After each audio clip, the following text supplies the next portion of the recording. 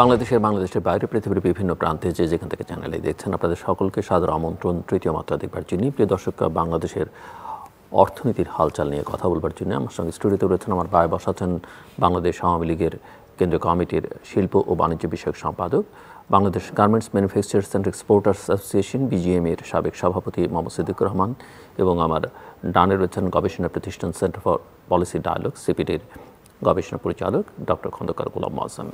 স্বাগত আপনাদের দুজনকেই তৃতীয় মাত্রায়। অনেকেই মনে করেন যে বাংলাদেশের অর্থনীতি এখন এক গভীর সংকটের মধ্য দিয়ে যাচ্ছে। রাজনৈতিক সংকট আছে, বহিঃসম্পর্কের সংকট আছে, কিন্তু অর্থনৈতিক সংকট মোকাবেলাটাই সরকারের জন্য সবচেয়ে কঠিন হয়ে দাঁড়াচ্ছে। আপনি কি একমত? ধন্যবাদ আপনাকে। অর্থনৈতিক সংকট নাই এটা বলা যাবে না।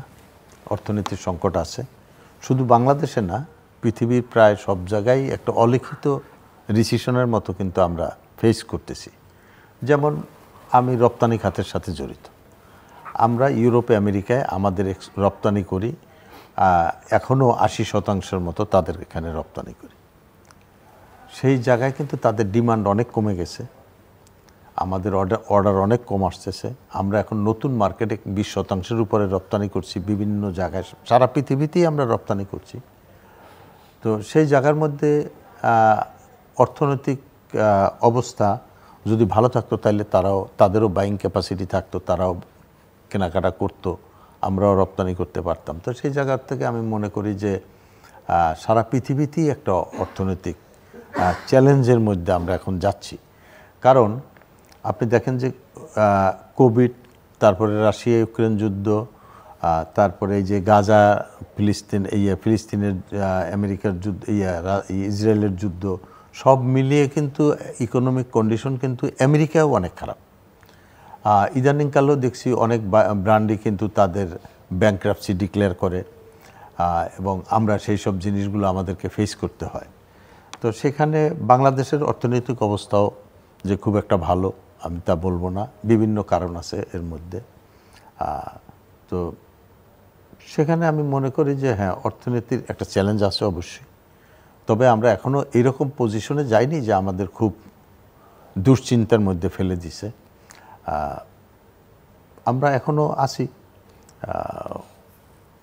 অর্থনীতি চলছে, আমাদের রেমিটেন্স আসতেছে, রপ্তানিও মোটামুটি, রপ্তানি যদি গ্রোথ নাও হয় এবার, তারপরে রপ্তানি যদি একবারও থাকে তাহলে ধরে নিতে হবে যে মাইনাস।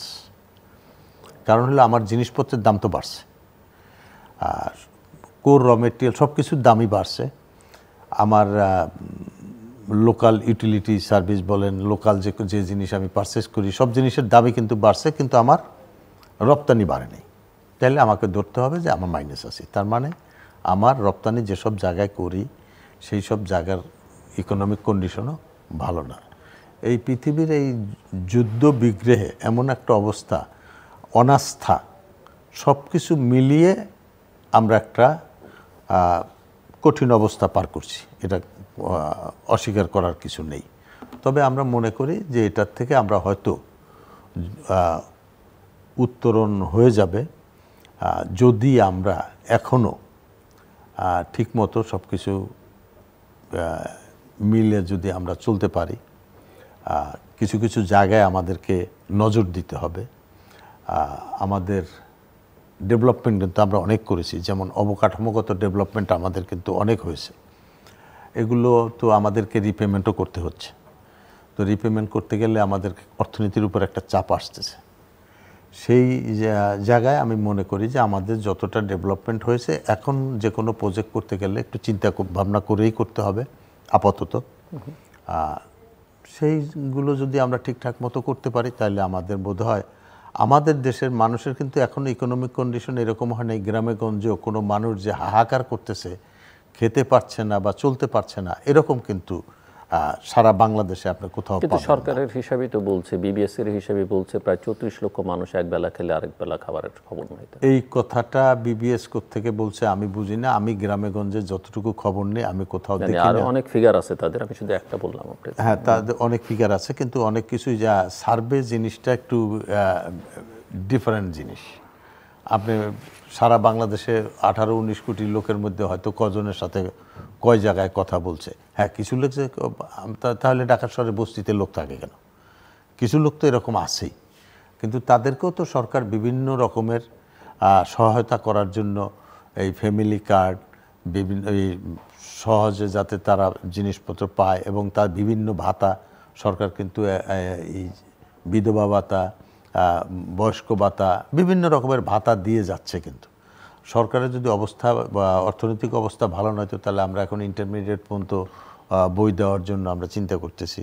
তো সেই হিসাবে যে ডেভেলপমেন্ট কাজগুলো হচ্ছে, তাতে আমি মনে করি না যে বাংলাদেশের অর্থনীতি ওইরকম যে একবেলা খায় একবেলা খায় না, এই কথাটার সাথে আমি সম্পূর্ণরূপে একমত না। যে আমি আসবো আবার আপনার কাছে, ডক্টর খন্দকার গোলাম মোয়াজ্জেম।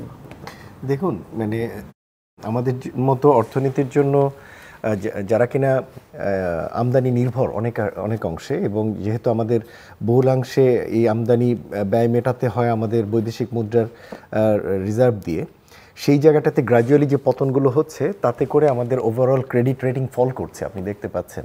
এবং অতি সম্প্রতি ফ্লিচের একটা ইন্ডেক্স আসছে, সেখান থেকে বলা হচ্ছে B+ নেমে এসছে, আগে এটা এতে ছিল, সেখান থেকে আমরা এখন B+ নেমে আসছি।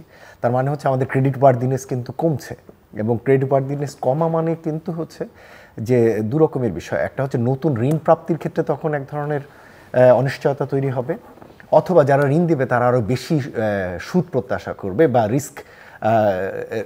রিস্কের জন্য যে কাভারেজ রাখে সেই কাভারেজ তারা বেশি পরিমাণে যাবে। সুতরাং সেদিক থেকে চিন্তা করলে আমাদের এই বহিস্থ লেনদেন পরিস্থিতি, আমি বলবো যে যেটা সবচেয়ে দুর্বল এবং সংকটপূর্ণ জায়গায় রয়েছে, সেটা হচ্ছে বহিস্থ লেনদেন পরিস্থিতি।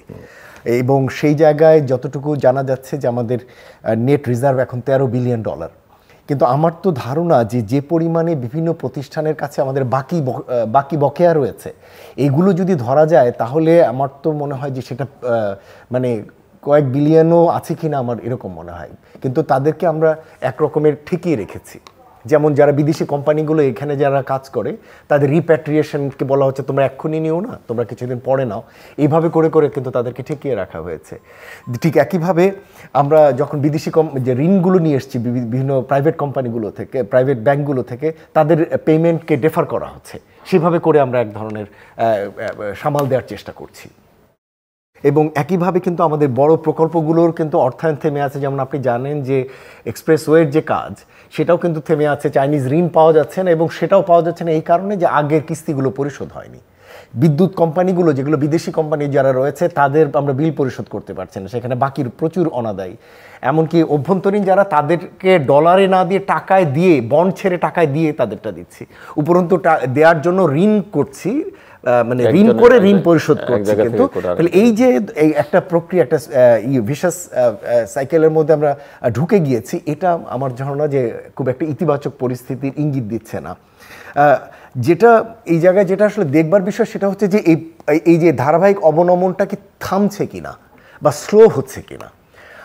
কেন জানি আমার মনে হয় যে স্লো হচ্ছে, অর্থাৎ অবনমনটা যতটা দ্রুততর আমরা মনে করছিলাম যে অবনমনটা যতটা দ্রুততর হবে, সেই জায়গায় অবনমনটা কিছুটা হলেও শ্লথ হয়ে আসছে, এখনও এটা থেমে যায়নি। অর্থাৎ আমরা ফিরে আসার যে ধার, আমি যদি বলি যে আমরা আবার কখন $40 বিলিয়ন উপরে যাব 13 বিলিয়ন থেকে, সেটার জন্য যে সেই 13 বিলিয়নের জায়গায় থেমে যাওয়া, সেটি এখন আমরা থামিনি। ফলে আমরা এখন আসলে এক ধরনের অবনমনের দিকে আছি, কিন্তু আগে যে মাত্রায় নেমে আসছিল সেটা কেন জানি মনে হচ্ছে যে কিছুটা হলেও এখন শ্লথ রয়েছে।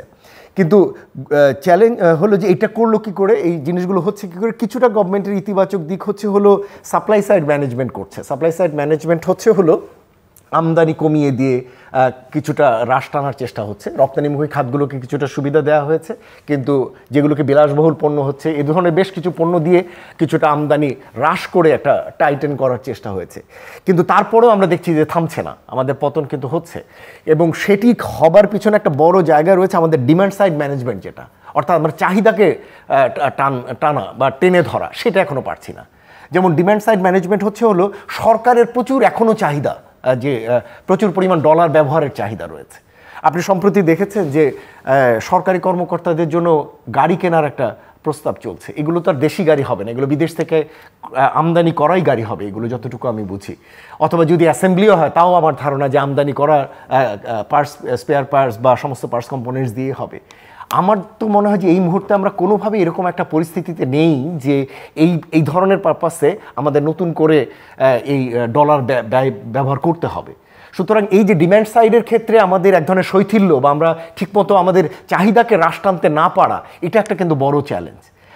আমি বলবো কিছুটা ইতিবাচক যে হ্যাঁ, এই রিয়েলাইজেশনটার জায়গা থেকে হয়তো প্রধানমন্ত্রী এইটুকু বলতে চাচ্ছেন যে হ্যাঁ, আমরা যে প্রকল্পের হয়তো আমাদের খুব বেশি এক্ষুনি রিটার্ন নাই, দীর্ঘমেয়াদে রিটার্ন আসবে, এই ধরনের প্রকল্প যাতে কিছুটা পরে নেই কিন্তু বা হ্রাস করি।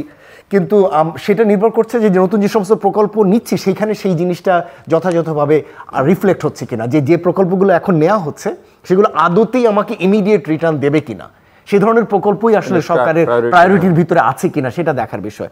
আমরা তাকিয়ে আছি এই বাজেটের ভিতরে নতুন যে বার্ষিক উন্নয়ন কর্মসূচি আসতে যাচ্ছে সেখানে কোন ধরনের প্রাধিকারকে সেট করা হচ্ছে সেটা এখানে দেখবার বিষয়। আমরা দীর্ঘদিন থেকে বলে আসছি যে বাংলাদেশের এই বহিস্থ লেনদেনের অর্থাৎ যেটাকে আমরা বলি এক্সটার্নাল সেক্টর পেমেন্টসের একটা বড় চ্যালেঞ্জ হচ্ছে আমাদের জ্বালানি খাত। কিন্তু জ্বালানি খাতকে আমরা কোনোভাবেই বাগে আনতে পারছি না, এবং জ্বালানি খাতে যেভাবে আমাদের ব্যয় করতে হচ্ছে যা উচ্চ মূল্যের জ্বালানি, সেটি আমাদের জন্য সরকারের জন্য সবচেয়ে বড় মাথা ব্যথার কারণ। এবং আমার একটা সাধারণ আমি একটা যদি হাঞ্চ বলি যে আমাদের অর্থনীতি ঘুরে দাঁড়াতে পারবে তখনই যখন আসলে জ্বালানি তেলের মূল্য প্রি কোভিড লেভেলে নেমে আসবে।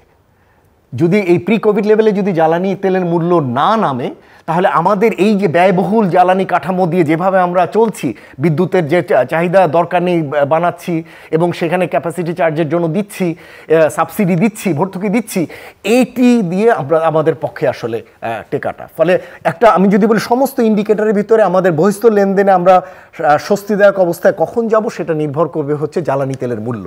কিন্তু আন্তর্জাতিক পর্যায়ে যদি আপনি তাকিয়ে দেখেন, আন্তর্জাতিক পর্যায়ে জ্বালানির যে বৈশ্বিক এই মুহূর্তে রাজনৈতিক কাঠামো, তাতে জ্বালানির মূল্য কমার সম্ভাবনা খুবই কম। এই মুহূর্তে বিশ্বের মূল জ্বালানি সরবরাহকারী যে দেশগুলো, সৌদি আরব, রাশিয়া, ইরান, এরা কিন্তু মোটামুটি, এমনকি ভেনিজুয়েলাও কোনো একটা অংশ, তারাও কিন্তু এখন মোটামুটি একটা কার্টেলাইজ হয়েছেন যে তারা জ্বালানি তেলের মূল্য কমাবেন না। এই যে যারা মূল সরবরাহ, এই যে যখন তারা কমাবেন না, তার ফলে শুধুমাত্র ডিজেলের দামই বাড়তি থাকবে না, এর ফলে এলএনজি, এলপিজি, অন্য যা যা আছে, কোল, গ্যাস যা আছে সব কিছুরই মূল্য, যেহেতু এগুলো সবই ক্লোজ সাবস্টিটিউট এবং কমপ্লিমেন্টারি গুডস, এগুলো সব কিছুরই আসলে দাম বৃদ্ধি থাকবে। সুতরাং আমাদের পক্ষে ওই উচ্চ মূল্যের জ্বালানি দিয়ে আমরা বেশি দিন আসলে সার্ভাইভ করা টাফ, এবং সেটা করতে গিয়ে আমরা আবার যেটা ভুল দিকে ঢুকছি, স্বল্প সময়ের উচ্চ সুদের ঋণ নিচ্ছি। আপনি জানেন যে ইসলামিক ট্রেড অ্যান্ড ফাইন্যান্স সম্ভবত ব্যাংক বা কর্পোরেশন, সেখান থেকে একটা খুবই উচ্চ সুদে $2 বিলিয়ন মনে হয় একটা ঋণ করা হয়েছে, যেটার হচ্ছে ঋণের সুদের হার হলো লাইবার বলা হয় না, এটাকে নতুন আর একটা রেট বলা হয়, সেটা যোগ করলে হয় $7.5, 7.5%। আপনি চিন্তা করতে পারেন, এবং সেটা পরিশোধ করতে হবে 6 থেকে 9 মাসের ভিতরে। এই যে এত উচ্চ সুদে ঋণ নিয়ে আমি জ্বালানির মূল্য পরিশোধ করাটা আমাদের জন্য কিন্তু এই মুহূর্তে একটা বড় রকমের বিলাসিতা, এবং কোনোভাবেই এইরকম একটা পরিস্থিতি আমরা নাই যে এই ধরনের ঋণগুলো করতে পারি। কিন্তু এখান থেকে সরে আসার জন্য যে উদ্যোগগুলো দরকার, যে আচ্ছা ঠিক আছে, তাহলে আমি কি জ্বালানির ক্ষেত্রে আমি কি বিকল্প চিন্তা করবো কিনা, আমি সেই জায়গায় আমরা উদ্যোগগুলো দেখছি কিনা, সেই জায়গায় কিন্তু বড় রকমের উদ্যোগ দেখছি না। সুতরাং এই জায়গাটা একটা বড় ঘাটতি রয়ে গেছে বৈদেশিক লেনদেন, যেটা মানে সরকারের জন্য সবচেয়ে বড় মাথা ব্যথার কারণ, এবং সেটার একটা বড় জায়গা হচ্ছে ডিমান্ড সাইড ম্যানেজমেন্ট। আমি আরও আপনার অনুষ্ঠানেও হয়তো আগে বলেছিলাম একবার যে ডিমান্ড সাইড ম্যানেজমেন্টের আরও আছে, প্রচুর পরিমাণে লিকেজ হচ্ছে, আমাদের ডলার বাইরে চলে যাচ্ছে, পাচার তো হচ্ছেই, আবার সরকারি নিয়মের ভিতরেও প্রচুর ডলার চলে যাচ্ছে। যেমন একজন বিদেশ ভ্রমণকারী, তিনি সম্ভবত সাথে করে $10,000 পর্যন্ত নিয়ে যেতে পারেন। 5,000 এখন না, ওটা বাড়িয়ে 10,000 করেছে, কমায়নি আর। 5,000 ছিল, ইউর রাইট, 5,000 ছিল, এটাকে বাড়িয়ে 10,000 করা হয়েছিল প্রি কোভিডের সময়কালে, যখন আমাদের অনেক ভালো সিচুয়েশন ছিল। কিন্তু তাহলে চিন্তা করেন যে একজনের যদি 5 জনের একটা ফ্যামিলি সাথে যদি নিয়ে যায়, তাহলে কিন্তু খুব সহজেই সে $50,000 সাথে করে নিয়ে যেতে পারে উইদাউট এনি ডিক্লারেশন। এরকম পরিস্থিতি কিন্তু আমরা কিন্তু এখন কিন্তু নাই। আমি বলছি যে এই সমস্ত ধরনের অনেক ছোট ছোট পাবেন যেগুলোতে লিকেজ হচ্ছে, যেগুলোকে আপনি হ্রাস টানতে পারেন। ফলে আমি এই জন্য বলছি যে ডিম্যান্ড সাইড ম্যানেজমেন্ট আমাদের জন্য এখন অনেক জরুরি হয়ে পড়েছে, পার্টিকুলারলি যদি ডলার পার্টে বলি। আমি যদি একটু অভ্যন্তরীণ অর্থনীতির দিকে তাকাই, আমার অর্থনীতির দুটো বড় জায়গা হচ্ছে উচ্চ মূল্যস্ফীতি। আপনি একটু ইঙ্গিত করেছেন সেখানে উচ্চ মূল্যস্ফীতির একটা বড় চ্যালেঞ্জ, কিন্তু আমরা কিন্তু বেরোতে পারছি না এখান থেকে। এই মুহূর্তে বৈশ্বিক অর্থনীতির প্রেক্ষাপটে কিছুটা মূল্যস্ফীতি থাকবে, এটা ধরা যায়, এটা একটা পরিস্থিতি রয়েছে। কিন্তু বাংলাদেশে যে পর্যায়ে মূল্যস্ফীতি থাকছে সেটা তুলনীয় অন্য দেশগুলোর তুলনায় অনেক বেশি। সেই প্রশ্নটা থেকেই যায় যে আমাদের এই উচ্চ মূল্যস্ফীতির এই লাগাম টানা যাচ্ছে না কেন, বা আমরা এটাকে একটা নির্দিষ্ট মাত্রায় কেন রাখতে পারছি না। সেই জায়গাটাতেই যেটা বড় রকমের চ্যালেঞ্জ আমরা বলে থাকি, একটা তো ডলারের রেট, আমদানি ব্যয় বেশি, যেহেতু আমদানি করতে হয় সেটা যেমন আমদানি ব্যয় বেশি, সেটা যেমন একটা রয়েছে। কিন্তু একই সাথে এটাও রয়েছে যে এই যারা আমদানিকারক তাদের ক্ষেত্রেও একটা অভ্যন্তরীণ বাজারে তাদের সরবরাহের ক্ষেত্রে তাদের যে এক ধরনের কন্ট্রোল, যেটা আপনিও স্বীকার করেন, তো সেই জায়গাটার ক্ষেত্রে কিন্তু বড় রকমের কোনো পরিবর্তন আমরা এখন পর্যন্ত আসছি। সুতরাং এই উচ্চ মূল্যস্ফীতি কিন্তু জনগণকে ভোগাচ্ছে। সেই জায়গাটা দেখবার বিষয় যে আগামী বাজেটে কি ধরনের পদক্ষেপ নিতে যাচ্ছেন সরকার এই উচ্চ মূল্যস্ফীতি এবং এর কারণে নাগরিক যে সমস্যা হচ্ছে সেটাকে মাথায় রেখে কি ধরনের উদ্যোগ নেবেন সরকার, সেটা একটা বড় দিক। আর সর্বশেষ এই পর্যায়ে যদি বলি, আমি বলবো যে আমাদের রেভিনিউ বাড়ানো দরকার, অভ্যন্তরীণ রাজস্ব বৃদ্ধি দরকার। কেননা বৈদেশিক ঋণ প্রাপ্তি ধীরে ধীরে আমাদের জন্য কিন্তু আরও চ্যালেঞ্জ হবে। যেন একটু আগে যেটা বললাম, ক্রেডিট রেটিং যত ফল করবে তত ঋণ প্রাপ্তি কষ্টকর হয়ে যাবে এবং তত ব্যয়বহুল হবে এবং ঋণের সুদ আরও বাড়বে। সুতরাং সেই জায়গা থেকে অভ্যন্তরীণ রাজস্ব বৃদ্ধির বিকল্প নেই। কিন্তু অভ্যন্তরীণ রাজস্ব বৃদ্ধির জন্য যে জায়গাগুলোতে নজর দেওয়া দরকার সেই জায়গাগুলোতে খুব বড় নজর নেই। দেখবেন যে এবারই মনে হয় আসতে যাচ্ছে যে টার্গেট রয়েছে সরকারের রাজস্ব টার্গেট, তার থেকে প্রায় 1 লক্ষ কোটি টাকা হয়তো কম আদায় হবে, এরকম নিউজ আসছে, যেটা দেখতে পাচ্ছি। সেটা একটা হিউজ অ্যামাউন্ট, যেটা আসলে টার্গেট অ্যাচিভ করা যাচ্ছে না। কিন্তু আমাদের হিসেব বলে এর থেকে বিপুল পরিমাণ দেশের ভিতরেই রয়েছে আদায়যোগ্য রাজস্ব রয়েছে, যেটা আদায় করা যাচ্ছে না। এক্ষেত্রে এনবিআরকে যে পরিমাণ আমরা দক্ষতার সাথে বা যে পরিমাণ আমরা সক্ষমতার সাথে দেখতে চাই, সেই পরিমাণে কিন্তু আমরা এই জায়গায় তাদেরকে এখনো উঠতে দেখছি না। যেমন আমাদের একটা হিসেব বলে যে পরিমাণ এনবিআর রাজস্ব আদায় করেন 2021 সালের হিসেবে, ওই সমপরিমাণ আমরা ওই সময় দেখেছিলাম 2,20,000 কোটি টাকা সমপরিমাণ রাজস্ব অনাদায়ী থাকছে। তাহলে আপনি চিন্তা করে দেখেন যে কি বিপুল পরিমাণ রাজস্ব দেশের ভিতরে আছে, বিভিন্ন মানুষ কর্পোরেট সেক্টর বিভিন্নভাবে রয়েছে, যেগুলো কিন্তু আদায় করা যাচ্ছে না। অথচ এই আদায়গুলো হলে সরকারেরই আসলে কার্যক্রম গ্রহণ করা সুবিধা হতো এবং সেইভাবে আসলে বিভিন্ন রকমের উদ্যোগ নেওয়া যেত। মিস্টার সিদ্দিকুর রহমান শুনছিলেন অনেকগুলো প্রসঙ্গ।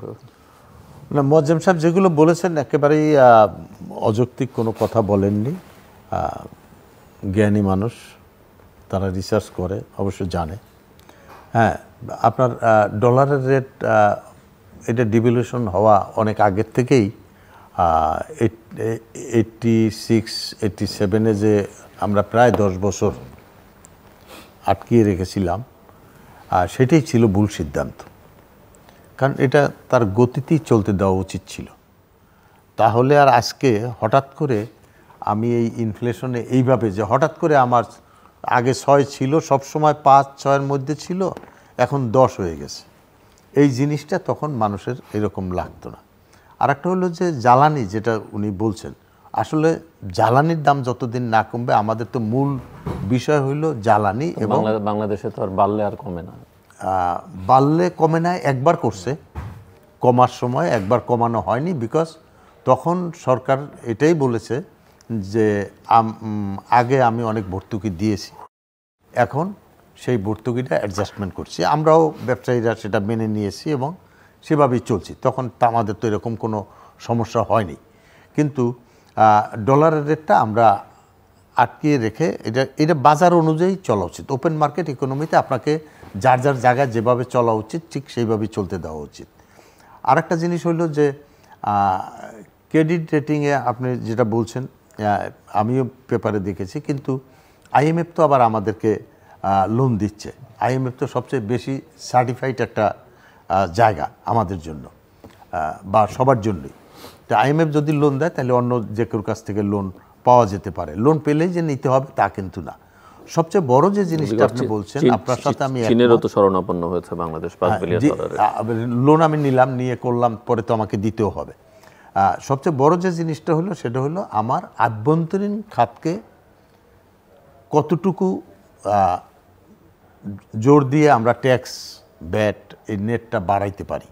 আমাদের উপজেলা লেভেল পর্যন্ত কিন্তু এখন অনেক কোটি কোটি টাকার মালিক আছে। আমরা এনবিআর কেন এখনও এই যারা ট্যাক্স দিচ্ছে তাদের মধ্যেই ঘুরপাক খাচ্ছে, কেন বের হতে পারছে না? আমরা ব্যাট কিন্তু সবাই দিচ্ছি, সেই ব্যাটটা কিন্তু সরকারের কোষাগারে যাচ্ছে কি না সেটাও কিন্তু আমরা এখনও এনশিওর করতে পারিনি। কারণ এনবিআরের মেশিন কিনে দেওয়ার কোনো দরকার নেই। মেশিন কিনবে যার যার যে দোকানদার, যার যার প্রয়োজন সে করবে। কিন্তু সেইখানে এনবিআরের দুর্বলতাটা একটা আমাদের বড় মাথা ব্যথার কারণ। এনবিআর যদি ঠিকমতো সারা দেশে যদি ট্যাক্স ব্যাট আদায় করতে পারে তাহলে কিন্তু মোয়াজ্জেম সাহেব যেটা বলছে, আমাদের যা এখন আদায় হয় তার ডাবল আদায় করা সম্ভব। এবং আরও অনেক জায়গায় আছে যেটা আমরা ব্যবসায়ীরাও অনেক জায়গায় ফাঁকি দিতে চেষ্টা করি, ফাঁকি দেই। সেই ফাঁকিগুলো যদি আমরা ডিজিটালাইজেশন করে ফেলতে পারতাম, অনলাইন করে ফেলতাম, তাহলে কিন্তু আমি ফাঁকি দিতে পারতাম না। কিন্তু সেই ফাঁকি দেওয়ার সুযোগটাও কিন্তু ব্যবসায়ীদেরকে আমরা করে দিচ্ছি। এই জায়গা আমি নিজে যদি স্বয়ংসম্পূর্ণ না হতে পারি, অন্যের মুখের দিকে তাকিয়ে কিন্তু বেশি দূর যাওয়া যায় না। আমাদের যে আকাঙ্ক্ষা, আমাদের মধ্যে যে বর্তমান প্রধানমন্ত্রী শেখ হাসিনা যে একটা বাংলাদেশের জনগণের উপরে যে একটা আস্থা এবং বিশ্বাস এবং মানুষের যে একটা ভরসা, এই জিনিসটা যে সৃষ্টি করেছেন, সেই জায়গাটা ধরে রাখার জন্য আমাদের এই চ্যালেঞ্জগুলো নেওয়া এখন জরুরি। কারণ আপনি দেখেন আমাদের দেশে যেরকম কোভিড ম্যানেজমেন্ট হয়েছে এরকম পৃথিবীর কোথাও কিন্তু হয়নি। আমার পার্শ্ববর্তী দেশ ভারত, আপনি বলবেন যে এশিয়ায়, আমার পার্শ্ববর্তী দেশ ভারতে কী অবস্থা, আমরা যেখানে মেডিকেল সায়েন্সে তারা এত এগিয়ে, সেখানে কী অবস্থার মধ্যে ছিল। তাহলে আমরা তো আসলে পারি এবং আমাদের সরকার করেছে, কিন্তু কিছু কিছু জায়গায় আমাদের দুর্বলতা আছে। এই দুর্বলতাগুলো যদি আমরা না ঠিক করি তাহলে দীর্ঘমেয়াদী পরিকল্পনায় কিন্তু আমরা যে উন্নয়নশীল দেশ হব বা আমরা মধ্যম আয়ের দেশ থেকে উন্নয়নশীল দেশে যাব, এইসব জায়গায় কিন্তু আমরা বাধাগ্রস্ত হব। তো সেই জায়গার মধ্যে সরকারও এলডিসি গ্র্যাজুয়েশন 2026 এর পরে যে চ্যালেঞ্জেসগুলো, সেগুলোর জন্য কোনো প্রস্তুতি দেখতে পান আপনি? সরকার চেষ্টা করছে। আমাদের তো যেটা মূল চ্যালেঞ্জগুলো, আমাদের যে আমদানি করতে হয়, আমদানি নির্ভর অর্থনীতি। এখন এখানে ডলারের রেট বাড়বে না এই কথা কিন্তু ঠিক না, কারণ পাকিস্তানে আজকেও 270-80 টাকা। তো সেই রকম অনেক দেশেই ডলারের ডিভ্যালুয়েশন হয়েছে। আমরা এক জায়গায় আটকে রেখে এই জায়গাটার মধ্যে পড়েছিলাম। এখন এটার মধ্যে হলো যে আমরা আমাদের কিন্তু অনেক কিছু কিন্তু আবার ভালো দিক আছে। যেমন আমাদের আভ্যন্তরীণ যেগুলো আমাদের লাগে সেগুলো কিন্তু খাদ্যে কিন্তু আমরা অলমোস্ট স্বয়ংসম্পূর্ণ। যেখানে আমাদের 7.5 কোটি লোকের খাদ্য পাওয়া যেত না, সেখানে আজকে 18 কোটি লোকও কিন্তু আমরা খেয়ে পরে বাঁচতেছি। এবং মাছ বলেন, মুরগি বলেন, গরু বলেন, সব দিক দিয়ে কিন্তু আমরা একটা স্বয়ংসম্পূর্ণ অবস্থায় আছি। কিছু জিনিস আমাদেরকে ইম্পোর্ট করতেই হবে, এটা আমাদের এখানে হয় না, তখন তো কিছু করার নেই। তো সেই জায়গার মধ্যে আমাদের সবচেয়ে বড় চ্যালেঞ্জই হলো তেলের ব্যাপারটা এবং আভ্যন্তরীণ এই যে ট্যাক্স ব্যাট আদায় করা। এবং আমাদের নিজেদেরও একটু ব্যবসায়ীদেরও একটু সচেতন হওয়া উচিত যে হ্যাঁ, ট্যাক্স দিতে হবে, ব্যাট দিতে হবে। এখানে কিন্তু ব্যবসায়ীদেরকে দোষ দিলে খুব একটা লাভ নেই। তার কারণ হলো ব্যবসায়ীরা অনেক সময় এই বছর যদি কেউ 5 লাখ টাকা ট্যাক্স দেয়, পরের বছর তাকে 6 লাখ টাকা দিতেই হবে, তার লাভ হোক না হোক। এই যে একটা ভীতি, এই ভীতিটা আমাদের ভাঙতে হবে। আমাদের এই এনবিআরকে ঢেলে সাজাতে হবে, এটা হলো মূল বিষয়। এবং উনি বিদ্যুতের কথা বলেছেন, জ্বালানি, এই জায়গার মধ্যেও আমাদেরকে অনেক কিছু করতে হবে। কারণ আমরা এই বিদ্যুৎ উৎপাদন করেছি, কিন্তু আমার এখনও ট্রান্সমিশন অ্যান্ড ডিস্ট্রিবিউশন লাইন সেরকম হয়নি। এবং আমাকে ওই জায়গার থেকে বের হয়ে আসতে হবে যে আমি বিদ্যুৎ তৈরি করবার ক্যাপাসিটি চার্জ দিব, এই বসে বসে তো চার্জ দেওয়ার কোনো মানে নেই। এই লসগুলোর থেকে আমাদেরকে বেরিয়ে আসতে হবে। জি, ডক্টর গোলাম মোয়াজ্জেম। দেখুন, এবারের বাজেটটা কিন্তু হতে যাচ্ছে সরকারের জন্য এই নির্বাচনোত্তর প্রথম বাজেট, এবং সেই বাজেটের দিকে যদিও এই সরকারটি অনেক দিন থেকে আছে, তো সুতরাং সেদিক থেকে বিবেচনা করলে নতুনত্ব কি এরকম একটা মনে হতে পারে। এবং সাধারণ মানুষের ভিতরে ওরকমই একটা এখন যে না সাধারণ অন্যান্য বছরের মতো একটা বাজেট, আমি বলবো যে সেটা কিন্তু সরকারের এক ধরনের ব্যর্থতা। যদি সাধারণ মানুষের ভিতরে নতুনভাবে একটি নতুন সরকারের আগ্রহ যদি না তৈরি করতে পারে সে, এবং সেরকম একটি কিন্তু চ্যালেঞ্জ এই সরকারের রয়েছে, এবং সেই জায়গাটার ক্ষেত্রে যেটা দেখবার বিষয়, এবং যে সমস্ত জায়গাগুলোতে এই ধরনের সমস্যাগুলো থেকে উত্তরণের জন্য যে সংস্কারগুলো নেয়া, সেই ধরনের সংস্কার উদ্যোগগুলো কতটুকু সে নিতে যাচ্ছে বা নেবে এবার, সেটা দেখবার বিষয়, এবং করে কতটা মানুষের ভিতরে আসলে আগ্রহ তৈরি করবে সেটা দেখার বিষয়।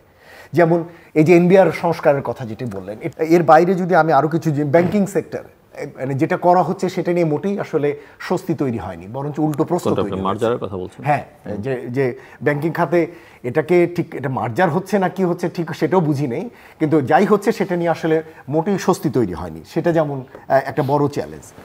ঠিক একইভাবে আমরা যেটা দেখতে পাচ্ছি যে পাবলিক প্রকিউরমেন্টগুলো, গভর্নমেন্টের যে এই যে কন্ট্রাক্টর বেসড যে গভর্নমেন্ট বিপুল পরিমাণ হাজার হাজার কোটি টাকা যে বার্ষিক উন্নয়ন কর্মসূচি বাস্তবায়ন হচ্ছে, এটাও এই জায়গাগুলো কিন্তু এখন পর্যন্ত ট্রান্সপারেন্ট করা যায়নি।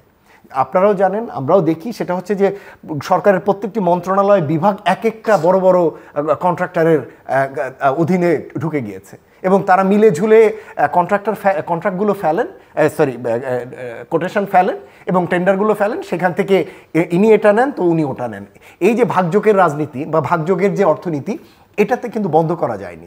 যদিও বলা হচ্ছে যে হ্যাঁ সরকার তো প্রকিউরমেন্ট সিস্টেম চালু করেছে, সেখানে কারো কোনো হাত নেই, কিন্তু হাত না দিয়েও যে হাত দেয়া যায় তার একটা বড় উদাহরণ কিন্তু আমরা দেখতে পাচ্ছি। সুতরাং এই যে সিস্টেমের ভিতরে যে গলদ, এমন ধরনের টেন্ডারে ক্লজগুলো রাখা হয় যেটা আসলে ঠিকই করা হয় যে এটা যাতে ডক্টর মোয়াজ্জেম যাতে এই বিডটা পান, এমন ধরনের ক্লজ, এবং উনি যাতে সিদ্দিকুর রহমান সাহেব যাতে বিড না করতে পারেন, এরকমভাবে ক্লজগুলো হয়তো সাজানো হচ্ছে। এটা কীভাবে হয়? হ্যাঁ, ক্লজগুলোর ক্ষেত্রে এভাবে যেমন এক্সপিরিয়েন্স দেওয়া, অথবা কোনো একটা সার্টেন এমন ধরনের কিছু জায়গায় আপনার কাজের কোনো, যাকে দিতে চায় তার ফেভারে কিছু শর্ত, ক্লজগুলো অন্যদেরকে আবার সময় ছিল, আমরা ভুলে যাব না যে টেন্ডার নিয়ে টেন্ডারবাজি, গোলাগুলি, আরো ছিল মারামারি, অনেক কিছু, সেই জায়গা থেকে টেন্ডার গোলাগুলি থেমেছে ঠিকই, কিন্তু সিস্টেমে এসেছে। কিন্তু যেটা আশা করা হয়েছিল যে স্মার্ট সিস্টেম, হ্যাঁ টেন্ডার সিস্টেমের কভারে একটা স্মার্টনেস হয়েছে, মানে আমরা যেটা আশা করেছিলাম যে এক ধরনের কম্পিটিটিভ বিডিং সিস্টেম হবে এবং এর মাধ্যমে হচ্ছে না, সেটা হচ্ছে না, সেটা না হলে একই কোম্পানিকে করে বারবার একই প্রতিষ্ঠানের সমস্ত কন্ট্রাক্টগুলো একের পর এক পেতে থাকে। ক্যাপাসিটি কে কি করতে পারে, আপনি যদি কালকে তেল আনতে চান ইম্পোর্ট করে আপনি আনেন, কিন্তু সেটা তো কেউ যাচ্ছে না, নতুন তো কেউ যাচ্ছে না, আমরা ওই পুরানারও করছে, আমরা খালি বলছি, কিন্তু নতুন ব্যবসায়ী তো কেউ যাচ্ছে না। এবার আমরাই জানি। আমার মনে হয় খুব ভালো একটা প্রশ্ন তুলেছেন, এটা একটা বড় সংস্কারের জায়গা। বাংলাদেশে এই মুহূর্তে যেভাবে অর্থনীতি, বিভিন্ন সাপ্লাই চেইনগুলো যেভাবে চলছে বিভিন্ন খাত ভিত্তিক, সেটা প্রত্যেকটা খাতে কতিপয় বড় কোম্পানি, তারা এটির বাজারের মূল শেয়ারগুলো তাদের হাতে, এবং তারা প্রায় 60-70% এক একটা বড় কোম্পানি। আপনি যে কোনো সাপ্লাই চেইন দেখেন, তেল বলেন, লবণ বলেন, ডাল বলেন, আটা বলেন, জুতা বলেন, কাপড় বলেন, ডোমেস্টিক কাপড়, এক্সপোর্ট না, আপনি বললে এগুলো সব আপনি ধরে ধরে বলতে পারবেন যে আসলে এখানে বিভিন্ন কোম্পানিগুলো কিভাবে তার বড় মার্কেট শেয়ার নিয়ে আছে। কেন এই যে আপনি হয়তো বলতে পারেন কেন, কারো তো বাধা নেই এই জায়গাগুলোতে আসতে, বাধা আছে, এবং অলিখিত বাধা তৈরি হয় কিভাবে? আপনি যদি তেল আমদানি করে আপনার যদি ডিলার ডিস্ট্রিবিউটরটা যদি পুরোটাই যদি আপনার হাতে থাকে, একজন অল্প আমদানিকারকের কাছ থেকে তো কেউ নিয়ে ওই ডিলার ডিস্ট্রিবিউটর তো কেউ বিতরণে যাবে না। সুতরাং আপনার ওই জায়গাগুলোতে আপনার দরকার রয়েছে এমন কিছু আইনি সংস্কার করা, যাতে করে ওই জায়গাতে প্রতিযোগিতা তৈরির জন্য ছোট কোম্পানি বা আরও নতুন ধরনের কোম্পানি যাতে সেখানে যুক্ত হতে পারে। তা না হয়ে এই যে 60-70%-এর এক একজনের মার্কেট শেয়ার, এটা কোনোদিনই আসলে কম্পিটিশন ইঙ্গিত করে না। এবং সেক্ষেত্রে দেখতে পাই আমরা যখন বাজারে মূল্যের সংকট হয়, বাণিজ্য মন্ত্রণালয় এক ধরনের অসহায়ত্বে ভোগে। তারা ওই হয়ে যাবে, ঈদের পরে হয়ে যাবে, ঈদের আগে হয়ে যাবে, বিভিন্ন রকমের আসলে কথা বলে। এ ধরনের আসলে কথা বলার প্রয়োজন নেই, কেননা এটা বাজারের ভিত্তিতে আসলে হয়ে যেতে পারতো যদি সেখানে একাধিক না আরও যদি বেশ কিছু সংখ্যক আমদানিকারক যদি বাজারে অংশগ্রহণ করতেন এবং তারা যদি পণ্য আমদানি করতেন। এখন এমন হয়েছে সাপ্লাই চেইনগুলো, আমি এটা সব জায়গায় প্রায় বলি, এটা মানে এখানেও বলেছি আগে, এমন হয়ে গেছে সাপ্লাই চেইনগুলো এখন শুধুমাত্র আমদানিকারক, শুধু আমদানি, ডিলার এবং ডিস্ট্রিবিউটর পর্যন্ত না, এখন তো খুচরা ব্যবসায়ী তো আসলে ওই একই চেনের ভিতরে তার অধীনে হয়ে গিয়েছে। এখন যেটা হয়েছে যে পর্যায়ে শিপমেন্টগুলো যে জাহাজগুলো, সেই জাহাজগুলো আসলে জাহাজের আমদানিটাও আসলে তিনি তার হাতে রাখছেন, কেননা তিনি জাহাজ কিনেছেন এবং তার পণ্য ওই জাহাজে আসে। এবং সেক্ষেত্রে আমরা তো এরকমও শুনেছি যে বড় বড় কোম্পানিগুলো যখন সরকারের সাথে নেগোসিয়েশন হয় ডিউটি কমানোর ক্ষেত্রে, তখন মধ্য বঙ্গোপসাগরে জাহাজ ওয়েট করে, ভেড়ে না। যখন এখানে নেগোসিয়েশন হয়ে যায় তারপরে জাহাজ ভেড়ে, এবং তাতে করে তাদের লাভালাভের বিষয়গুলো দাঁড়ায়। এই যে একটা হোল সাপ্লাই চেইনের মধ্যে যে একটা বড় কোম্পানিগুলোর যে একটা অলিখিত প্রভাব বাড়ছে, এটা কমিয়ে আনা দরকার। কিন্তু এটা করার জন্য কিন্তু হুট করে একদিনে হবে না। আমরা যেই দেখি যে হুট করে যখন বাজারে কিছু একটা অস্থির পরিস্থিতি হয়, সবাই সাংবাদিকরা দৌড়ে আসেন, মন্ত্রীরাও তখন অসহায়ত্ব বোধ করেন, তাড়াতাড়ি তারা কিছু সার্চ করেন, কিছু দৌড়ান, কিছু একে ধরেন তো ওকে কিছু জরিমানা করে, কিন্তু কাজের কাজ কিছু হয় না। কিন্তু হবে না, আসলে কাজের কাজ হবে না এইভাবে। কাজের কাজ হওয়ার বিষয়টা হচ্ছে ওটাই, যাতে আপনি মার্কেটে কম্পিটিশনের জন্য যাতে আরও বেশি কোম্পানিকে এই সাপ্লাই চেইনগুলোতে ইন্টারভেন করার জায়গা না করে দেন। এটা ওই কন্ট্রাক্টরের ক্ষেত্রেও তাই। এবং ওই সক্ষমতা কথা বলছেন, সেই সক্ষমতা আসলে আরও হতে পারে যদি ওই জায়গাগুলোতে আরও স্বচ্ছতার এবং ক্রাইটেরিয়ার জায়গাগুলোতে আরও বেশি কম্পিটিটিভ জায়গা সৃষ্টির জন্য যদি ক্লজ যদি সেখানে আরোপ করা হয়। ফলে আমার বলার বিষয়টা হচ্ছে যে স্বচ্ছতা জবাবদিহিতার জায়গাগুলোতে একটা বড় জায়গা যেটা আসলে নজরে দেওয়া দরকার আছে, যে সংস্কারটা এখন পর্যন্ত একটা বড় সংস্কার, যেটাতে সরকারি যে অর্থের ঘাটতির মধ্যে পড়ছে, এই অপচয়গুলো যদি কমাতে পারে, দুর্নীতিগুলো যদি কমাতে পারে, তাহলে সরকারের এইগুলো থেকে যেমন রাজস্ব আদায় বাড়বে, আবার একই সাথে সরকারের হাতে বাড়তি অর্থ আসবে, যেটা দিয়ে সে অন্য কাজও করতে পারবে। এখন আপনি বলতে চান যে একটা লোক মনে করেন ব্যবসা করে, হ্যাঁ, এখন সে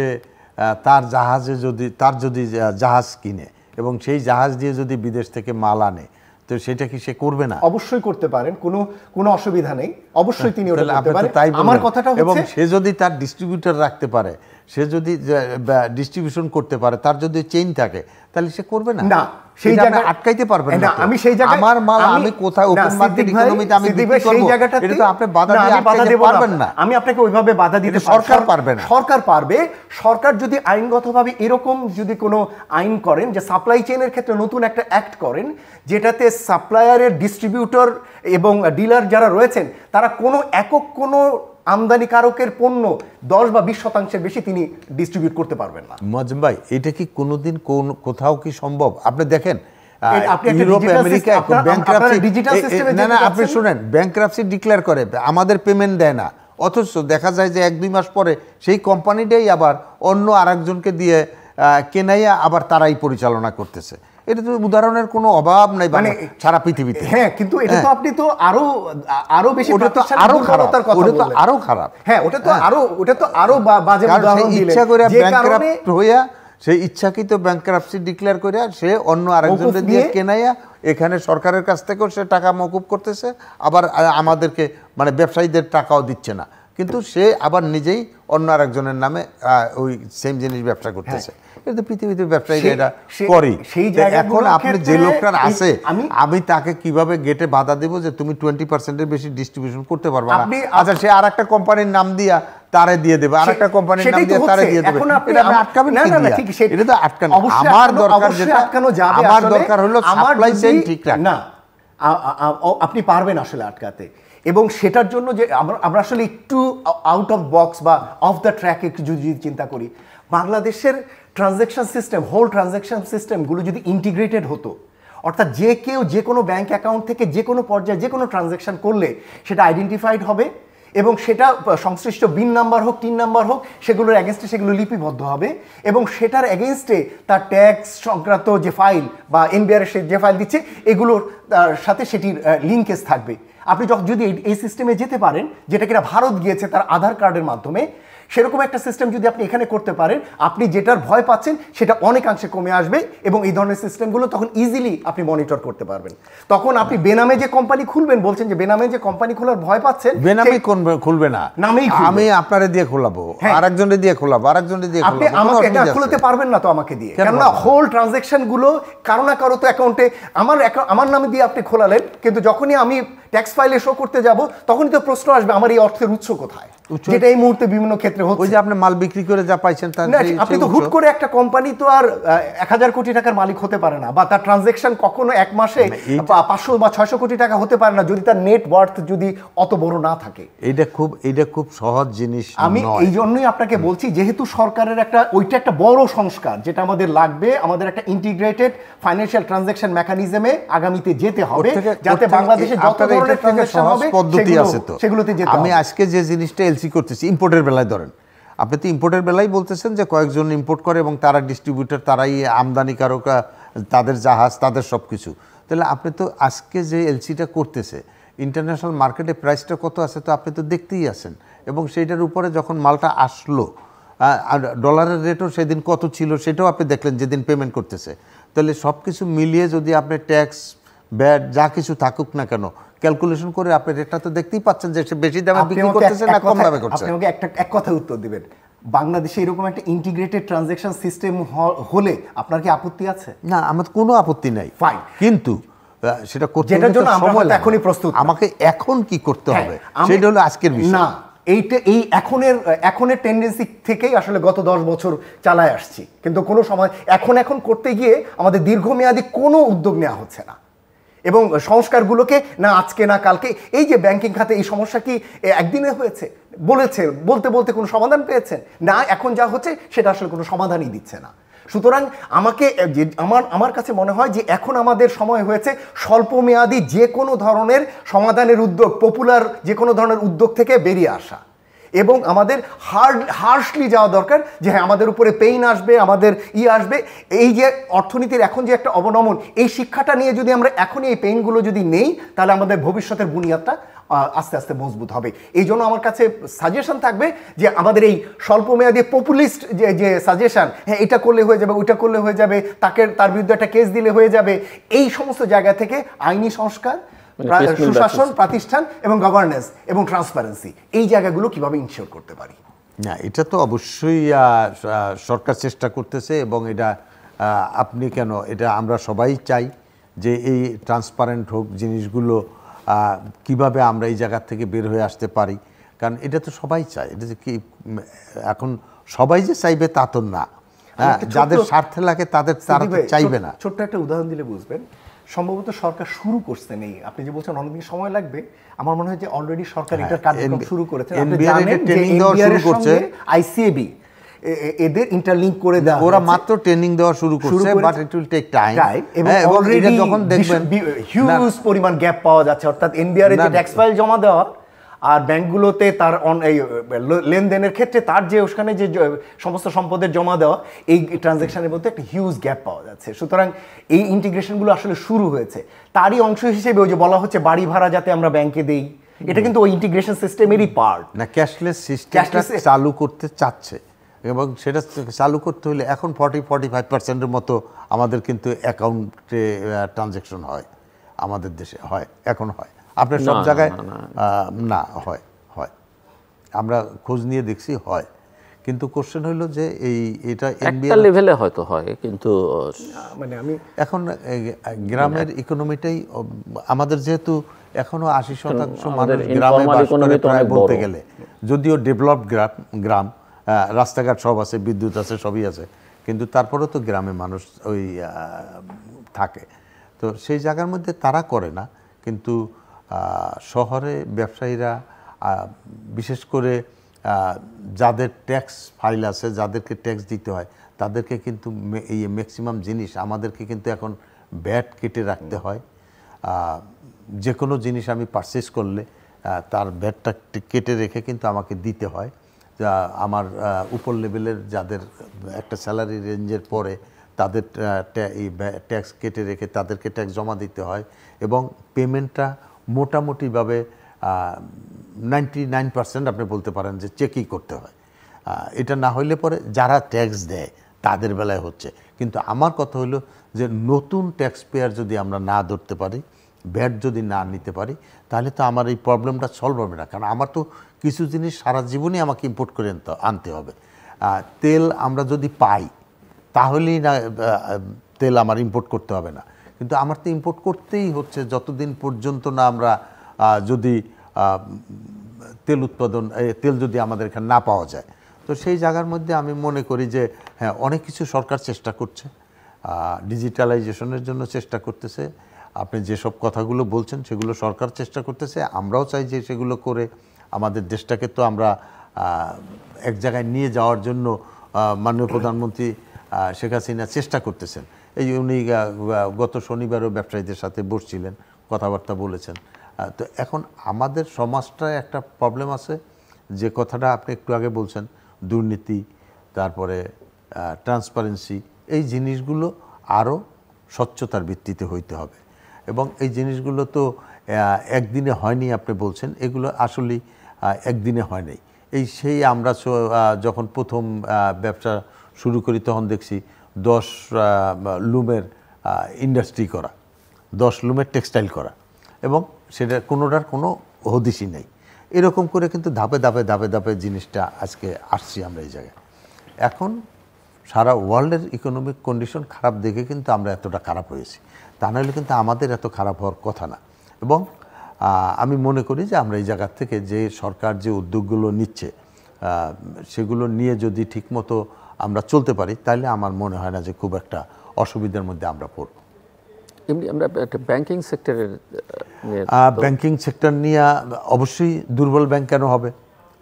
ওই একই জায়গায় কে যে সবল আর কে দুর্বল সেটাও তো বোঝা না, আছে, সেটা আছে সেই কে দুর্বল কে সবল সেটা তো আপনি জানতেই পারেন। অনেক ব্যাংক বলছে যে সে সবল, কিন্তু আসলে গিয়ে পরে দেখা গেছে সবল না। আপনি যদি বেশ কিছু ব্যাংকের উদাহরণ, দুর্বল সবলের প্রশ্ন না, আমার কথা হলো যে ব্যাংক কিন্তু যখন শেয়ার বাজারে চলে যায়, এরপরে কিন্তু ব্যাংকের মালিকানাটা কিন্তু তার কাছে থাকে না। কারণ এটা ব্যাংকের টাকাটা হলো পাবলিকের টাকা। এই টাকাটা ইনভেস্টমেন্ট যখন আপনি করতেছেন তখন আপনি দেখে এই ব্যবসাটা হলো আপনার, ব্যাংক ব্যবসাটা করতেছে। অতএব এখানে ইনভেস্টমেন্ট কোথায় করবে এটা দেখার দায় দায়িত্ব কিন্তু তাদের, আদায় করার দায় দায়িত্ব তাদের, এটা কিন্তু সরকারের না। প্রাইভেট ব্যাংকের বেলায় সরকারের কিন্তু এই রেসপন্সিবিলিটিটা কোনোভাবে নেওয়াই উচিত না। কারণ ব্যাংকের ব্যবসা সে করতেছে, পাবলিকের মানি, সে কোথায় ইনভেস্ট করবে এবং কোত্থেকে পাবে এটা দায় দায়িত্ব তার। এই জায়গাটার মধ্যে আমাদের মনিটরিং খুব খারাপ হয়েছে। আমি মনে করি যে একটা লোক একটা ইন্ডাস্ট্রি করলো বা এই করলো, সে যদি সত্যি সত্যি ফেল করে সেটা হইতে পারে, হয়তো আপনি 100টা ইনভেস্টমেন্ট করলেন, হয়তো 2টা 3টা ফেল করতে পারে, কিন্তু আপনি বাকি 97 দিয়ে তো আপনি ওইটা কভার করতে পারেন। সেই জায়গাটাই আমাদের লোন দেওয়া, লোন রিপেমেন্ট করা, এই জিনিসের মধ্যে এখনও আমরা সেই স্বচ্ছতার মধ্যে যেতে পারিনি। এটাকে অস্বীকার করার কিছু নাই, ব্যাংকে অনেক দুর্বলতা আমাদের আছে। আমি আসলে যে ব্যাংকের ক্ষেত্রে আমার একেবারে ভিন্ন আরেকটা মত আছে। বাংলাদেশের মতো অর্থনীতির জন্য আসলে এত ব্যাংকের তো কোনোদিনই দরকার নেই। আজকের থেকে যদি আপনি আজকের থেকে যদি 5 বছর আগেও দেখেন, যে লোক 20 কোটি টাকা দিয়ে একটা ব্যাংক করছে, আমি ওই সময় আমি 100 কোটি টাকা দিয়ে একটা ফ্যাক্টরি করছি। 20 কোটি টাকা দিয়ে ব্যাংক কইরা তারা অন্তত পক্ষে 500-600 কোটি টাকা প্রফিট করছে, আর আমরা 100 কোটি টাকা দিয়ে কইরা আমরা 5 কোটি টাকা প্রফিট করতে পারি না। তাইলে ব্যাংক করবে না কেন? ব্যাংক 100টা কোনো ক্ষতি ছিল না যদি তাদের ইনভেস্টমেন্ট এবং তাদের রেসপন্সিবিলিটি, ওই ট্রান্সপারেন্সি, এই জিনিসগুলো যদি থাকতো। 100টা ব্যাংক থাকলেও আমাদের এখানে কোনো রকমের কোনো সময় প্রত্যেকটা ব্যাংক ব্যবসা করছে। নতুন এই বছর ব্যাংক শুরু করে পরের বছরই 10 কোটি 15 কোটি টাকা ব্যবসা করছে। এত সহজ ব্যবসা তো আর কোথাও নাই। তার একটা বড় কারণ হলো যে আবার আপনার দিকেই যায় কিছুটা, যেহেতু আপনি পুঁজিবাজারের একজন ডিরেক্টর, আমাদের পুঁজিবাজারটা একেবারেই কোনো একটা মানে কাঠামোর ভিতরেই নেই, এবং দুর্বল পুঁজিবাজারের জন্যই মানুষ পুঁজিবাজার আমি ছেড়ে দিছি। আচ্ছা, ধন্যবাদ সেটার জন্য যদি ছেড়ে দিয়ে থাকেন, কেননা এই পুঁজিবাজারটি একেবারেই কোনো একটি কাঠামোর ভিতরে নেই, এটা একেবারে একটা নন ফাংশনাল একটা এন্টিটির মতো। এটা এখন এমন একটা জায়গায় যাইতে হবে যে একেবারে ফলে মানুষ বাধ্য হয়েই বা সাধারণ মানুষরা আবার কিনলে পরে তখন আবার উঠবে, মানে ফলে নন ফাংশনাল হয়ে যাওয়ার জন্য আসলে ব্যাংক নির্ভর হয়েছে, এবং সে কারণেই ব্যাংক করে ওই যে মুনাফার যে জায়গাটা দেখছেন সে মুনাফা করছে। এই মুনাফাটি আবারও সেই একই কথা, এই পরিমাণ মুনাফা আসলে ব্যাংকগুলোর করার কথা ছিল না। 1,500 ইসলামী ব্যাংক 1,500 কোটি টাকা 1800 কোটি টাকা এরকম করে এক বছর প্রফিট এবং সেটা এই কারণেই হয়েছে যে উচ্চ সুদ যে সুদে তারা লেন্ড করেছে সেই সুদ এবং যে সুদে তারা ডিপোজিট দিয়েছে এর দুটোর ক্ষেত্রেই দুর্বলতা ছিল এবং সেই সুবিধাগুলো তারা নিয়েছে। এই সুবিধা তাদের হতো না যদি আমার বিকল্প অন্যান্য ফাইন্যান্সিয়াল সিস্টেমগুলো যদি কাজ করতো, তাহলে মানুষজন আর ব্যাংকের উপরে এতটা নির্ভর হতো না এবং এই পরিমাণ আসলে ব্যাংক হবার সাহসও দেখাতো না। ঠিক আছে, এক। দ্বিতীয় হলো সরকারেরও উচিত হয়নি যে তার রাজনৈতিকভাবে পৃষ্ঠপোষকতার অংশ হিসেবে এত সংখ্যক ব্যাংক দেয়া। ভারতের মতো একটা দেশে, এত বড় একটা দেশে, বাংলাদেশের চেয়ে 17 গুণ বড় দেশ, সেখানে সব মিলে সম্ভবত 5টা ন্যাশনাল ব্যাংক আর 17টা সম্ভবত আঞ্চলিক ব্যাংক। ভাই এটার আরেকটা কারণ আছে, এখানে এমপ্লয়মেন্ট হচ্ছে কোথায়? আমার এই মিডিয়া হাউস দেখেন, আমাদের তাহলে আমাদের এত ছোট এতগুলো মিডিয়া কেন? এই সংখ্যায় কত? না, ব্যাংকে তো অনেক লোক, ব্যাংকে তো অনেক লোক। আমাদের এই এমপ্লয়মেন্টের দরকার নেই, যে এমপ্লয়মেন্টের মাধ্যমে আসলে অর্থনীতি সামগ্রিকভাবে। আমি অ্যাজ এ ব্যবসায়ী আমি বলবো ব্যাংক যত বেশি হয়েছে আমার সুবিধা হয়েছে, এই জন্য যে এখন আমরা এক সময় যখন 80-র দশকে যখন ব্যবসা শুরু করছি তখন আমার ব্যাংকের কাছে গিয়ে বসে থাকতে হতো।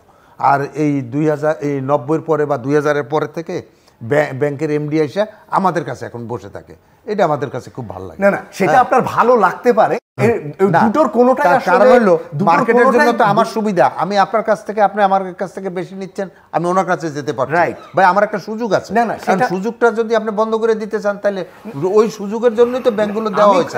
কিন্তু আপনি আসল জায়গায় যান, আপনি মনিটর, আপনি ইনভেস্টমেন্ট করতেছেন, পাবলিকের টাকাটা তো আপনি নিয়ে ইনভেস্টমেন্ট করতেছেন, তাহলে ইনভেস্টমেন্ট যেখানে করতেছেন সেটা ঠিক মতো করতেছেন কিনা এবং সেখান থেকে রিটার্ন আনার দায় দায়িত্ব তো ব্যাংকের। এখানে তো সরকারের কিছু না, এটা টোটাল না ব্যাংকের মিসম্যানেজমেন্ট। আমি কখনোই বলছি না যে বাংলাদেশে মাত্র 5টা বড় ব্যাংক থাকুক, সেটা আমি বলছি না। বাংলাদেশে অবশ্যই বেশ কিছু সংখ্যক ব্যাংক থাকতে পারে, বেশি হয় কোনো কিছু না, কিন্তু অবশ্যই ব্যাংকের ম্যানেজমেন্ট এবং ব্যাংক পরিচালনা করবে ম্যানেজমেন্ট, ব্যাংকের পরিচালনা করে ডাইরেক্টররা। এই জিনিসটার থেকেই তো আমরা বের হইতে পারি না। সবচেয়ে ব্যাংকের দুর্বলতাটা তো হলো ওইখানে মালিকানাশিপ তারা দাবি করে, এটা তো মালিকের না, পাবলিক হলো এই ব্যাংকের মালিককে পাবলিক, কারণ পাবলিকের টাকা। তাহলে আমি দিছি 20 কোটি টাকা, আমার ব্যাংকের ক্যাপিটাল হলো 5000 কোটি টাকা, 10,000 কোটি টাকা, তো এই টাকাটা কার? এই টাকাটা তো পাবলিকের টাকা। তো এই জায়গা থেকেই তো আমরা বের হইতে পারি না, সেটা সবকিছুর পরেও আমি বলবো যে বাংলাদেশের মতো অর্থনীতির জন্য এই 61টা ব্যাংকের মতো অর্থনীতি বাংলাদেশ এখনো বড় হয়নি, সেটা হচ্ছে আমার প্রথম কথা। এবং সেই হিসেবে যদি বলেন, দেখেন এই মার্জার বা কোনো ব্যাংক কিন্তু একমাত্র ফার্মার্স ওই ওরিয়ন ব্যাংক ছাড়া, আর ওই যে আপনার হংকংয়ের আইসিসিআই অনেক আগের কথা, সেটা তখনকার দিনে আমাদের দেশে এরকম ব্যবসা বাণিজ্য হয় না তখন। এছাড়া দেখেন এতগুলা ব্যাংক কিন্তু প্রত্যেক বছর 400, 500, 200 কোটি টাকা প্রফিট করে নাই, এরকম ব্যাংক। কয়েকটা জিনিস আপনি এখানে তাকায় দেখেন, আদতে ব্যাংকগুলো তার ফাইন্যান্সিয়াল স্টেটমেন্ট কি ঠিকভাবে করছে? আমি সেই প্রশ্নটি করতে চাইছিলাম যে অনেকের বিরুদ্ধে অভিযোগ যে তারা আসলে প্রফিটটা দেখায় কিন্তু ভেতরে ব্যাংকটাকে ফোকলা করে ফেলেছে নিজেরা। আমাদের এই যে ফাইন্যান্সিয়াল সিস্টেম ইভেন এখন দুর্বল ব্যাংক বলে যে সবল ব্যাংকের সঙ্গে দেয়া আছে, ওই সবল ব্যাংকগুলো যদি খুব ভালোভাবে পরীক্ষা নিরীক্ষা করা হয় তাহলে দেখা যাবে যে ওগুলোর অবস্থা আসলে ভালো নয়। যারা সোকল্ড মালিক তারা দাবি করে যে তাদের ব্যাংক খুব ভালো আছে। মানে আমি এক কথা যদি একটু বলি, আমি আমাদের দেশের প্রেক্ষাপটে বেশ কিছু ব্যাংক বন্ধ করে দেওয়ার পক্ষপাতী, এবং এই ধরনের ব্যাংকগুলোকে আপনি বন্ধ করবেন, সেই ব্যাংকের যে টাকা, পাবলিকের টাকাটা, সেই টাকাটা কে বিয়ার করবে? অবশ্যই ওই ব্যাংক বিয়ার করবে, এবং তার আগে তার সম্পদের হিসাব করবেন। সরকারের জন্য আইনগতভাবে বাধ্যবাধকতা হচ্ছে 1 লক্ষ টাকা, তাই তো? প্রত্যেক ডিপোজিটারকে তিনি 1 লক্ষ টাকা গ্যারান্টি দেবেন, এটা হচ্ছে সরকারের বাধ্যবাধকতা। বাকি তার যে সম্পদ রয়েছে, সারা দেশ জুড়ে তার সম্পদ রয়েছে, এগুলোর হিসাবাদি করে সেগুলো বিক্রি বাট্টা করে যে টাকা আসবে সেগুলো সমস্ত শেয়ার হোল্ডারের ভিতরে আপনি ডিস্ট্রিবিউট করবেন। আজ পর্যন্ত আমি এই জন্যই বলছি আমাদের আউট অফ দ্য বক্সে যাওয়া দিতে পারছি। এই যে এখন যে আমরা দেখতে পাচ্ছি যে বিভিন্ন সম্পত্তি যেগুলো বিক্রির দিকে যাচ্ছে বিভিন্ন ব্যাংকগুলো, যেগুলো, সুতরাং আমাদের ওই মানে বাংলাদেশের মতো অর্থনীতিতে এই ধরনের সবল ব্যাংকের সাথে দুর্বল ব্যাংক মিক্সও যেমন আসলে ঠিক না, সবল হোক বা দুর্বল হোক, মিক্স করে আমি আসলে তেমন কিছু পাবো না।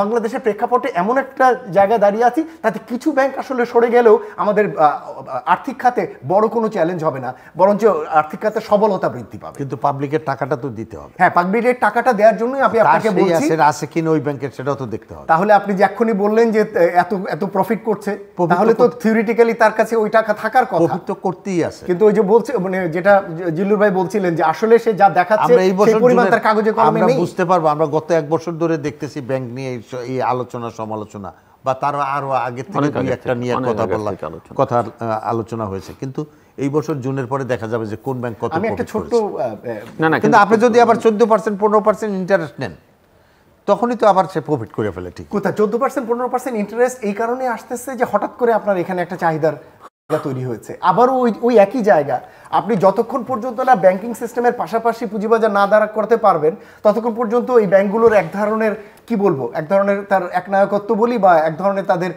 দৌরাত্ম্য এটা থাকবে। সুতরাং সেই কারণেই আসলে পুঁজিবাজারটা দরকার ছিল। এটা হলো একটা দিক। আমি যেটা বলতে চাচ্ছিলাম, এই যে ফাইন্যান্সিয়াল যে রিপোর্টগুলো হয়, ব্যাংকগুলোর যে রিপোর্টগুলো হচ্ছে বা অথবা পুঁজিবাজারে যেগুলো হচ্ছে, আমার খেয়াল আছে যে 2009 সালে যখন 9 সালেই তো পুঁজিবাজার ধস হলো না, ওই সময় বেশ 9-10 হ্যাঁ যখন হলো, সেই সময় বেশ কিছু কোম্পানির আমি দেখছিলাম, এবং ওই সময় যেটা দেখছিলাম যে ওই সময় অডিট করবার জন্য যে অডিট ফার্মগুলো, সে অডিট ফার্ম দেখে যারা রিটেল মার্কেটে যারা ব্যবসা করে, তারা অডিট কোন কোম্পানি কে অডিট করছেন তার সাথে ওই শেয়ার কিনবেন কি কিনবেন না সেটা তারা ঠিক করেন। অর্থাৎ এটা কি স্বল্প মেয়াদে উনি ওখানে টাকা রাখবেন না দীর্ঘমেয়াদে রাখবেন, সেটা নির্ভর করে হচ্ছে অডিটরের দিকে তাকিয়ে। এটা তো হওয়ার কথা না। সেই জায়গা থেকে কিন্তু এখনও আমরা বেরোতে পারিনি যে ব্যাংকগুলোর যে ফাইন্যান্সিয়াল রিপোর্টিং হচ্ছে বা অডিট হচ্ছে, সেটা আদতেই কি ব্যাংকের সুস্থ চরিত্র বা প্রকৃত চরিত্র দিচ্ছে কিনা সেটা পরিষ্কার কিন্তু এখনও হয়নি। ফলে ফাইন্যান্সিয়াল রিপোর্টিং কাউন্সিল হয়েছে, সেটা দিয়ে আমাদের স্ট্রেংথেন হওয়ার কথা ছিল, আসলে আমরা কতটুকু হতে পেরেছি সেটা আমাদের একটা বড় জায়গায় যেটা দেখা। আমরা একটু আলোচনা শেষ করে আনতে চাই, যদি আর কিছু যোগ করতে চান 1-1.5 মিনিট করে। আমি শুধু ফাইন্যান্সিয়াল সেক্টরেও দুর্বলতা তো অবশ্যই আছে, তারপরেও আমি বলবো যে মোয়াজ্জেম সাহেব যেটা বলছে যে অনেকগুলো ব্যাংক হওয়ার জন্য এটা হয়েছে, তা কিন্তু না। এটা হয়েছে তাদের ম্যানেজমেন্টের জন্য, তাদের অনেকগুলো ব্যাংক হয় যেটা হচ্ছে লুটপাটকারীর সংখ্যা বেড়েছে, তাদের মধ্যে এক ধরনের নেক্সাস তৈরি হয়েছে। সেটা কম হইলেও হইতে পারতো, সেটা কম হইলেও হইতে পারতো।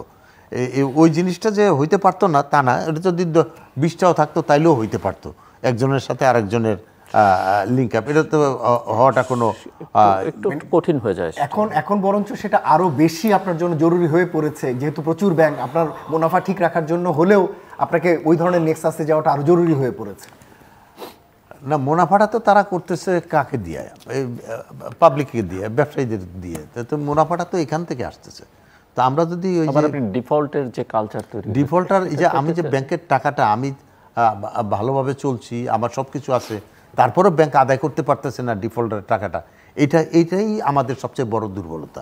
আমি মনে করি যে উইলফুল ডিফল্টার যারা, তাদেরকে আইডেন্টিফাই করে তাদেরকে যে ধরার কথা হচ্ছে, সেইটা তারা যদি ঠিকমতো করতে পারে, তাহলে আবার ব্যাংকিং খাত কিন্তু ইজিলি ঘুরে দাঁড়াতে পারবে।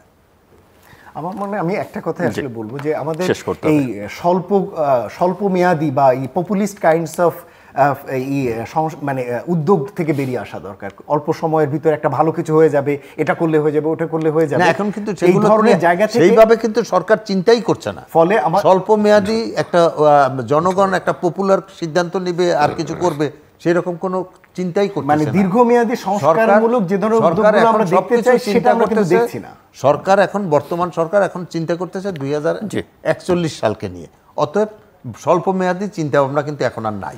ওকে, তারপর ফলে আমাদের জন্য যেটা প্রত্যাশা সেটা হচ্ছে যাতে সরকার যাতে দীর্ঘমেয়াদী একটা সাস্টেইনেবল সমাধানের অংশ হিসেবে যাতে প্রাতিষ্ঠানিক সংস্কার, সেটা তো প্রয়োজনীয় আমাদের, সেটা তো প্রয়োজনীয়। অনুষ্ঠানের শেষ প্রান্তে আমরা সামাজিক যোগাযোগ মাধ্যম ফেসবুক এবং টুইটারে তৃতীয় মাত্রা লাইভ স্ট্রিম হচ্ছে, আপনারা দেখতে পারেন। টেলিভিশনের পর্দায় দেখতে না পারলে যে কোনো সময় যে কোনো স্থান থেকে ইউটিউবে তৃতীয় মাত্রা চ্যানেলটি সাবস্ক্রাইব করি, পর্ব বা পুরোনো পর্বগুলো আপনারা দেখতে পারেন। ডক্টর খন্দকার গোলাম মোয়াজ্জেম এবং মিস্টার মোহাম্মদ সিদ্দিকুর রহমান, অসংখ্য ধন্যবাদ এই আলোচনা শুনবার জন্য। দর্শক, আমরা অর্থনীতি নিয়ে কথা বলছিলাম এবং স্বীকার করি কিংবা না করি, আমরা সবাই মোটামুটিভাবে উপলব্ধি করতে পারি যে সংকট একটা আছে এবং সংকটটা অনেক গভীরে। এর জন্য যেটা দরকার পরামর্শ, যে আর্থিক খাতে আইনি সংস্কার দরকার এবং প্রাতিষ্ঠানিক সংস্কারগুলো খুব জরুরি, এবং এখানে অ্যাকাউন্টেবিলিটি, ট্রান্সপারেন্সি, গভর্নেন্স এগুলো ফিরিয়ে আনা খুবই জরুরি, এবং সেটা যতক্ষণ পর্যন্ত না করব ততক্ষণ পর্যন্ত এই সংকটগুলো আরও গভীরতর হতে থাকবে। আমাদের সঙ্গে থাকবার জন্য অসংখ্য ধন্যবাদ, আপনাদের সবার জন্য শুভকামনা।